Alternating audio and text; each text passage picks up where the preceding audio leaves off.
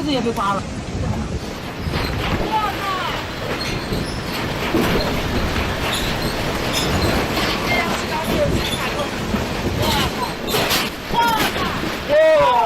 China, August 26, 2025.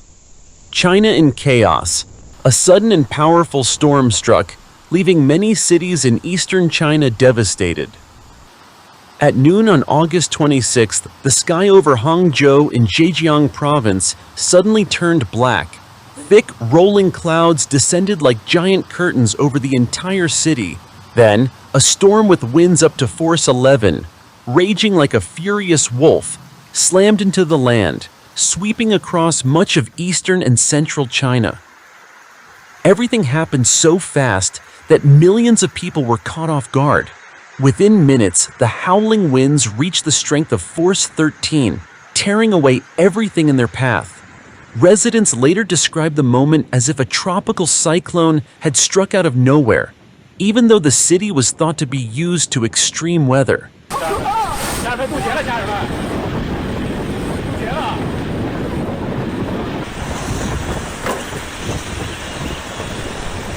After the violent gusts, hail suddenly fell from the sky. White icy stones, the size of corn kernels and some as big as chicken eggs, poured down in such density that the streets turned white as if covered in out-of-season snow.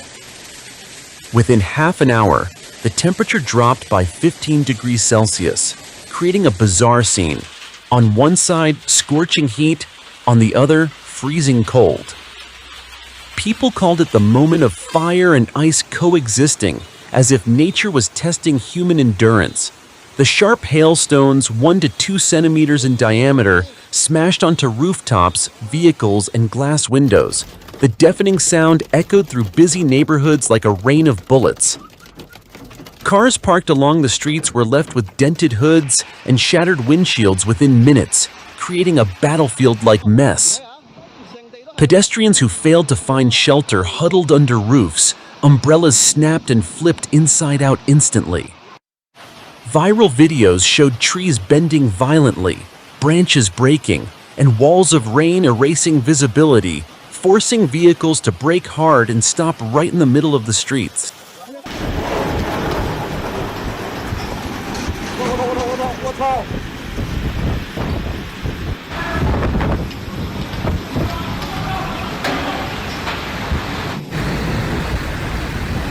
Not only Zhejiang, but neighboring provinces such as Jiangsu and Fujian, and especially Shanghai, were also caught in the chaos of hail and strong winds.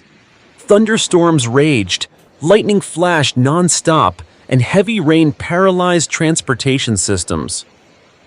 After the storm, Shanghai streets were littered with fallen trees, broken signs, and scattered rooftops. Rainwater gushed into drains, flooding major roads.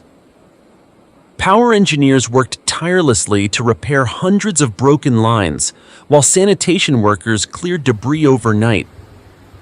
Yet, the most haunting thing left behind was the panic in people's eyes, the helplessness in front of nature's uncontrollable fury.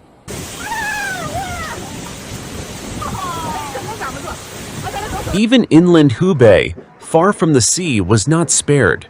This was no longer a normal weather event, but a widespread atmospheric disturbance sweeping across eastern and central China, affecting provinces from Zhejiang, Fujian, Jiangxi to Guangdong, Guangxi, and Hunan.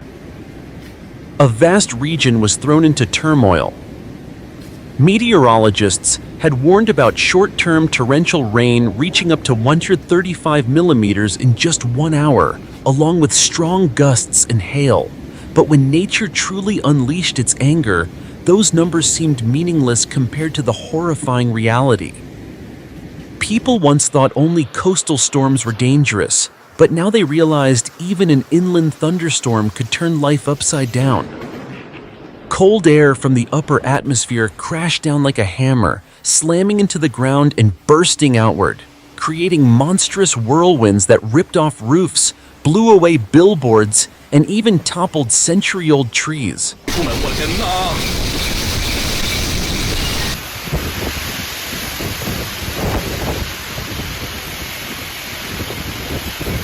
While eastern China was in chaos, the north also began a new cycle of heavy rain. The skies over Beijing, Tianjin, and Hebei turned gray with relentless downpours. Mountainous areas in Inner Mongolia, Gansu, and Ningxia endured rainfall exceeding 100 millimeters, with an extreme risk of flash floods. Fragile mountain roads were washed away, threatening villages on slopes. Northern China, suffering through a sweltering summer, suddenly faced gloomy days as temperatures dropped below 20 degrees Celsius, turning August into an unexpected autumn chill. Even more frightening, all of this happened right after Typhoon Swordfish, the strongest in 40 years, had just swept through Hainan. But as soon as Swordfish dissipated, meteorologists had to shift focus to another threat, Typhoon number 14, named Blue Lake. Forecasts showed it moving towards southern China, likely hitting Hainan at the end of August, continuing the relentless storm cycle. China seemed trapped in an endless spiral of natural disasters, giving its people no time to recover.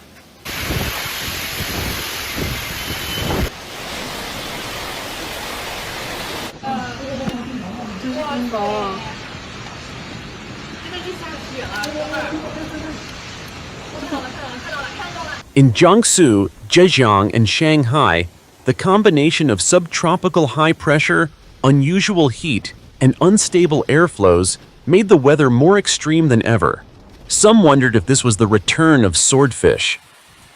In truth, it was a chain of dangerous weather anomalies, forcing the three major provinces to suffer heavy rain, strong winds, and hail all at once, a scenario unseen in years. And the tragedy was not over. Forecasts showed from August 26th to 28th, another heavy rain system would hit northern China, spreading from Hebei, Shanxi, Beijing, Tianjin to Liaoning. Continuous day-long rainfall would make life even harder. Beijing, the capital, was warned to expect 24 hours of rain, especially dangerous in the southern mountains where flash floods could strike at any moment.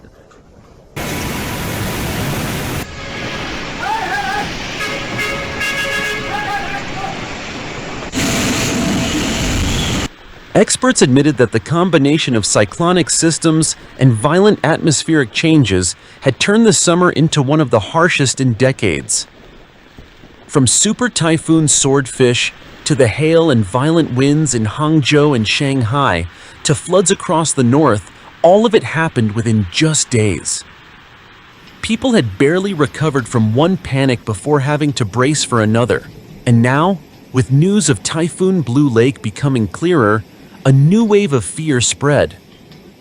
If forecasts were correct, it would head straight for southern China's coast, directly impacting Hainan, Guangdong, and even Guangxi. That meant in less than a week, China would face two major typhoons back-to-back, not to mention the relentless northern rains. Nature was striking blow after blow, as if testing the endurance of the world's most populous nation. Shanghai, the modern financial hub, was paralyzed in just one afternoon. Hangzhou, scorching near 40 degrees Celsius, turned into an icy battlefield in half an hour. Beijing, historic and never lacking, now faced deadly floods. And all of China, from the eastern coast to the northern mountains, was enduring a summer like no other.